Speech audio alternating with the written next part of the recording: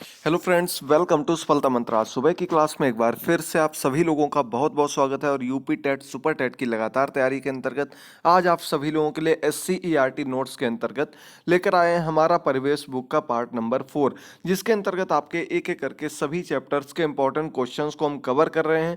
आप लोग एक एक क्लास को अच्छे से देखते रहिएगा और पूरी तैयारी करते रहिएगा। हमारा परिवेश बुक से कम 4 से 5 क्वेश्चंस देखने को मिलेंगे, तो इन सभी क्वेश्चंस को याद करते रहिएगा, समझते रहिएगा। आपके 3 पार्ट्स पहले आ चुके हैं, अगर आपने ना देखें तो लिंक नीचे डिस्क्रिप्शन बॉक्स में दिए गए हैं, उन क्लासेस को जरूर देखिएगा और समझते रहिएगा। तो दोस्तों, आज पार्ट नंबर 4 के अंतर्गत हम भारत के प्रमुख राज्य के अंतर्गत राजस्थान पर चर्चा करेंगे, जहां से आपके 2 नंबर या 1 नंबर बन सकता है, जो कि आपके वन्य जीव अभ्यारण्य हो गए, या एक दो और संस्थान है जहां से क्वेश्चन बन सकता है। तो एंड तक जुड़े रहिएगा, समझिएगा, और कोई भी डाउट हो तो कमेंट बॉक्स में कमेंट करके जरूर पूछिएगा। आज की क्लास में आपसे क्वेश्चन पूछा जाएगा, जिसका आंसर आप लोगों को कमेंट बॉक्स में देना होगा।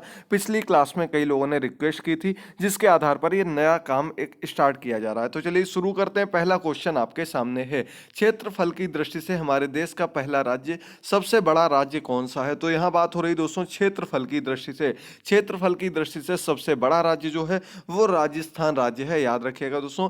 नंबर 1 पर आपका राजस्थान आता है, और नंबर 2 पर आपका मध्य प्रदेश आता है, नंबर 3 पर महाराष्ट्र, और नंबर 4 पर आपका उत्तर प्रदेश आता है। याद रखिएगा, क्षेत्रफल की दृष्टि से हम लोग बात कर रहे हैं। सेकंड नंबर क्वेश्चन है, राजस्थान के पश्चिम में कौन सा राज्य है?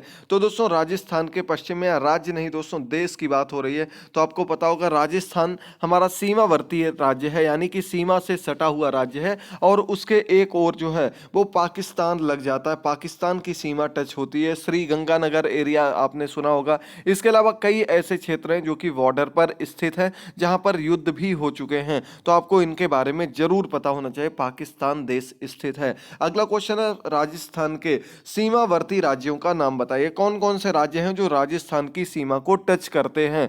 तो ऐसे राज्यों की बात की जाए तो एक तरफ आपका पंजाब है, एक तरफ उत्तर प्रदेश है, एक तरफ मध्य प्रदेश है, एक तरफ गुजरात है, और हरियाणा है। ये राज्य आपके राजस्थान की सीमा को टच करते हैं, चारों तरफ से घेरे हुए। एक तरफ आपका पाकिस्तान घेरे हुए, जिधर बॉर्डर है उधर पाकिस्तान देश घेरे हुए है। अगला क्वेश्चन आपके सामने है, राजस्थान का अधिकांश भाग किस प्रकार का है? तो दोस्तों, राजस्थान में आपने देखा होगा रेतीली भूमि बहुत है, यानी कि मरुस्थल टाइप की भूमि सबसे अधिक मात्रा में पाई जाती है। यहाँ की भूमि कैसी है? रेतीली भूमि है, याद रखिएगा। यहाँ पर पानी की कमी भी होती है, क्योंकि रेतीली भूमि होने के कारण यहाँ गर्मी अधिक पड़ती है। इसकी वजह से नदियाँ जो हैं वो सूख जाती हैं, पानी की कमी बनी रहती है, याद रखिएगा। अगला क्वेश्चन आपके सामने है, रेतीले भागों में मुख्यतः किस प्रकार की वनस्पतियां पाई जाती है? हमने आपको क्या बताया, पानी की कमी होती है। जहां भी आपने देखा होगा पानी की कमी होती है, वहां आपको कांटेदार वृक्ष या पौधे अधिक देखने को मिलते हैं, कटीली झाड़ियां अधिक देखने को मिलती हैं। क्यों? अगर आपने छोटी क्लास में ध्यान से पढ़ा होगा तो आपको याद होगा कि वहाँ उनकी पत्तियां जो होती हैं वो कांटों में परिवर्तित हो जाती हैं। क्यों? क्योंकि पानी की कमी के कारण, पानी ना मिलने के कारण ये एक प्रकार का प्राकृतिक परिवर्तन होता है कि उनकी पत्तियां कांटेदार हो जाती हैं। इनमें आपका नागफनी मुख्य रूप से आ जाता है, जैसे नागफनी, कैक्टस जिसको कहते हैं। इसके अलावा बबूल भी आपका इसी प्रकार की प्रजाति के अंतर्गत आता है। आपने देखा होगा जहां बंजर भूमि होगी या फिर जहां पानी की कमी होगी, वहां पर आपको ऐसी वनस्पतियां अधिक देखने को मिलती हैं। चलिए बढ़ते हैं अगले क्वेश्चन पर। अगला क्वेश्चन आपके सामने। इसके पहले दोस्तों आपको बता दें कि सुपर टेट 2021 के नोट्स आप सभी लोगों के लिए मोबाइल ऐप पर अपलोड कर दिए गए हैं। जो लोग बार बार नोट्स के लिए पूछ रहे थे उनको बताना चाहेंगे, आप लोग ऐप के माध्यम से उन नोट्स को ले सकते हैं।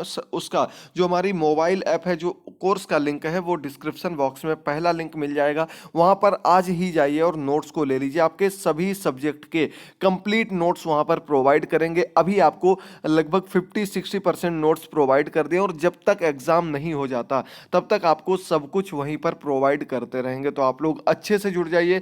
जल्दी आप सभी लोगों के लिए वहां पर टेस्ट सीरीज भी लॉन्च करने वाले हैं, तो आप लोग जुड़ते रहिए, अपनी पूरी तैयारी करते रहिए, और कोई भी डाउट हो तो तुरंत आप लोग पूछते रहिए। चलिए 6 नंबर क्वेश्चन पर हम लोग बढ़ते हैं।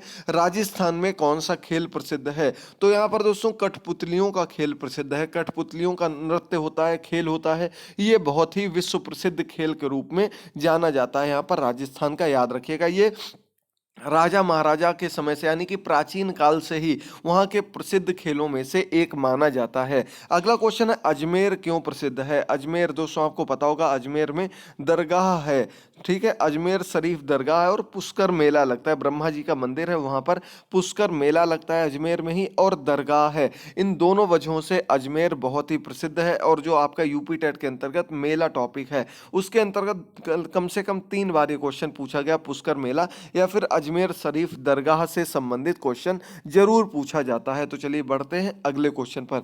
जयपुर को गुलाबी शहर क्यों कहा जाता है? तो दोस्तों आपको बता दें, यहाँ की इमारतें जो हैं उन पर जो पत्थर कलर का, इसके अलावा कई कलर जो बहुत बड़ी बड़ी बहुत सी इमारतें हैं उनका रंग भी गुलाबी रंग है। इसकी वजह से इसे पिंक सिटी का नाम दिया गया। इसे क्या कहते हैं? पिंक सिटी के नाम से जानते हैं, गुलाबी शहर के नाम से जानते हैं। याद रखिएगा, जयपुर को हम क्या कहते हैं? पिंक सिटी के नाम से जानते हैं। याद रखिएगा, बहुत से यहाँ पर महल भी हैं, पुराने प्राचीन राजाओं के महल हैं। इसके अलावा यहाँ की इमारतें बहुत ही खूबसूरत हैं। चलिए अगला क्वेश्चन आपके सामने, झीलों का शहर किसे कहा जाता है?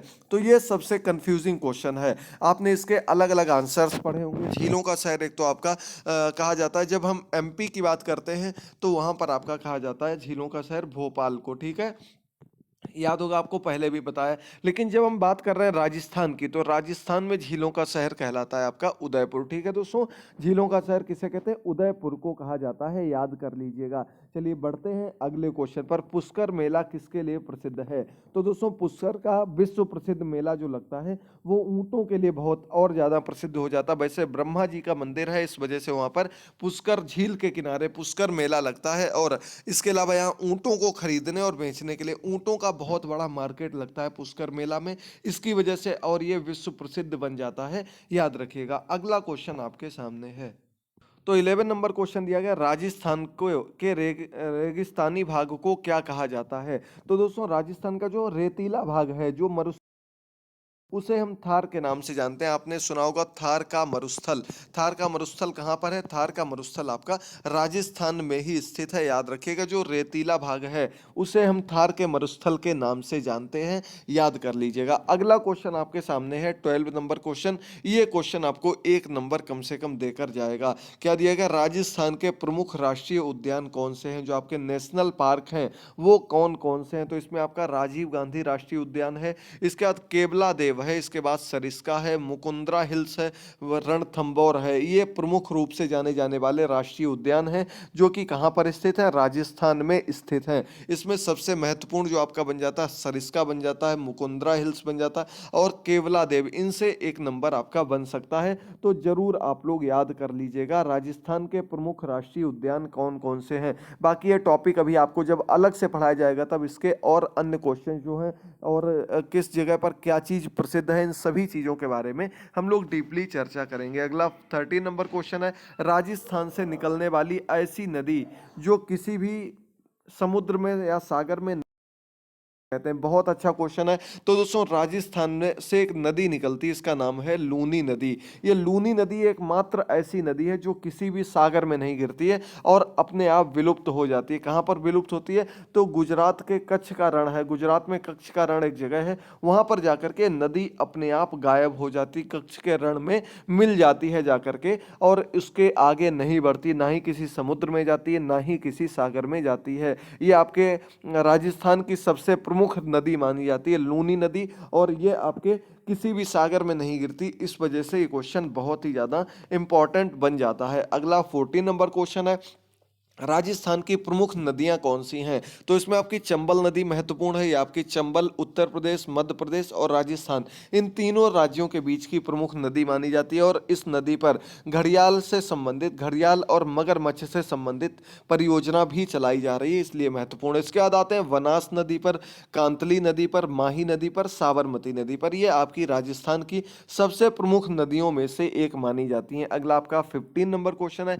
राजस्थान के वे कौन से जिले हैं जहां से कोई भी नदी प्रवाहित नहीं होती? राजस्थान के कौन से ऐसे जिले हैं जहां से कोई भी नदी प्रवाहित नहीं होती? तो आपका बीकानेर हो गया, चुरू हो गया, ये दोनों जिले ऐसे हैं जहां से कोई भी नदी नहीं निकलती है, राजस्थान के प्रमुख जिलों में से माने जाते हैं। अगला आपका 16 नंबर क्वेश्चन है, किस झील के किनारे विश्व प्रसिद्ध ब्रह्मा जी का मंदिर है? तो दोस्तों आपको अभी ऊपर बताया था पुष्कर झील है, पुष्कर झील के किनारे ही पुष्कर का मेला लगता है। पुष्कर का मेला कहाँ लगता है?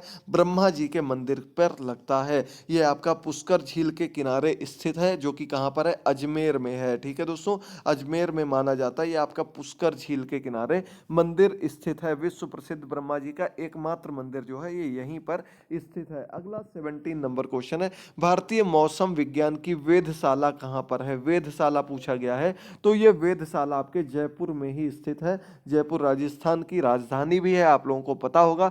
तो ये यहाँ पर वेधशाला स्थित है। अगला क्वेश्चन, चंबल नदी राजस्थान के अलावा अन्य किन राज्यों से होकर बहती है? अभी हमने आपको बता दिया है, चंबल नदी जो है ये आपके उत्तर प्रदेश के एरिया में आती है, मध्य प्रदेश में काफी लंबे एरिया तक रहती है, यानी कि राजस्थान, मध्य प्रदेश, उत्तर प्रदेश, ये तीनों राज्यों को घेरे हुए एक योजना, एक बहुत ही महत्वपूर्ण नदी है।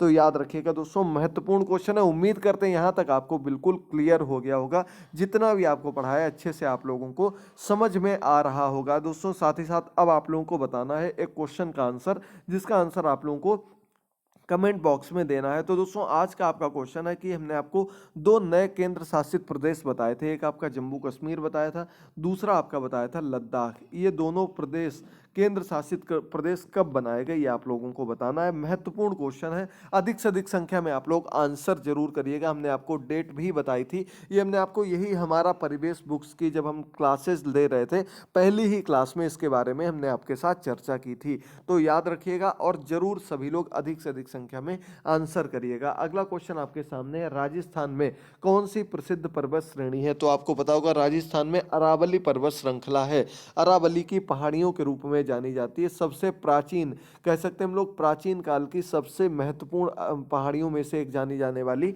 आपकी अरावली की पहाड़ियां हैं, और इन्हीं के पास से आपकी लूनी नदी निकलती है। और अरावली की पहाड़ियां कहां तक फैली हुई? तो ये आपके दिल्ली के क्षेत्र तक फैली हुई हैं। बहुत ही महत्वपूर्ण क्वेश्चन बन जाता है आपका। अब आज का अंतिम क्वेश्चन है 20 नंबर क्वेश्चन, देखिएगा। कश्मीर के लोक संगीत की एक विशेष धुन जिसे त्योहारों और खुशियों के अवसर पर गाया जाता है, इसे छंकुर कहते हैं। आपको पहले भी बता चुके हैं। और एक आपको एक क्वेश्चन और बता रहे हैं, राजस्थान का एक प्रमुख लोक नृत्य है जिसका नाम है घूमर। ठीक है दोस्तों, घूमर नृत्य है। ये क्वेश्चन आपको हमने कल और परसों की शाम को 6:30 की लाइव क्लास में कराया था, घूमर। और एक हमने आपको बताई थी बनी ठनी चित्रकला, जो कि आपके किशनगढ़ चित्र शैली से संबंधित है। और ये आपकी किशनगढ़ चित्र शैली कहाँ पर है? ये आपके राजस्थान से बिलोंग करती है। तो ये भी क्वेश्चन आपका बन जाता, बनी ठनी शैली जो है ये आपको सजावट से संबंधित, महिलाओं को सुंदरता से संबंधित बनाई गई चित्रकलाओं को लेकर प्रसिद्ध है, जो कि किशनगढ़ चित्र शैली के अंतर्गत आती है। याद रखिएगा। आज के क्वेश्चंस कंप्लीट होते हैं। उम्मीद करते हैं आपको क्लास पसंद आई होगी। फिर से बता रहे हैं दोस्तों, सुपर टेट के नोट्स के लिए आप लोग बार बार पूछ रहे थे, तो मोबाइल ऐप पर सभी नोट्स उपलब्ध करा दिए गए हैं। आप लोग या तो सीधे प्ले स्टोर पर जाइए और सफलता मंत्र सर्च करिएगा, आपको वहां भी हमारी मोबाइल ऐप मिल जाएगी। और साथ ही साथ दोस्तों रेटिंग देना मत भूलिएगा, 5 स्टार रेटिंग। अगर आप लोगों को क्लास पसंद आए और नोट्स पसंद आए तो 5 स्टार रेटिंग जरूर दे दीजिएगा। और उसमें आपको हमने फ्री नोट्स भी प्रोवाइड किए हैं। जल्दी वहां पर आपको सुपर टेट का सिलेबस और कुछ आपके प्रैक्टिस सेट भी हमने वहां पर फ्री में अपलोड किए हैं, उनको आप लोग देखकर अपनी पूरी तैयारी स्टार्ट कर सकते हैं। मिलते हैं अगली क्लास में। और अगर आप लोग हमारे कूपन कोड SM150 यूज कर लेते हैं नोट्स लेते समय, तो आपको 150 रुपए का इंस्टेंट डिस्काउंट मिल जाएगा। और ये ऑफर सिर्फ कुछ दिनों के लिए है, तो आप लोग जल्दी से जुड़िएगा और नोट्स को प्रोवाइड करते रहिएगा। मिलते हैं शाम की 6:30 की लाइव क्लास में, तब तक के लिए तैयारी करिए, नोट्स को पढ़ते रहिए। थैंक यू दोस्तों, गुड बाय, टेक केयर।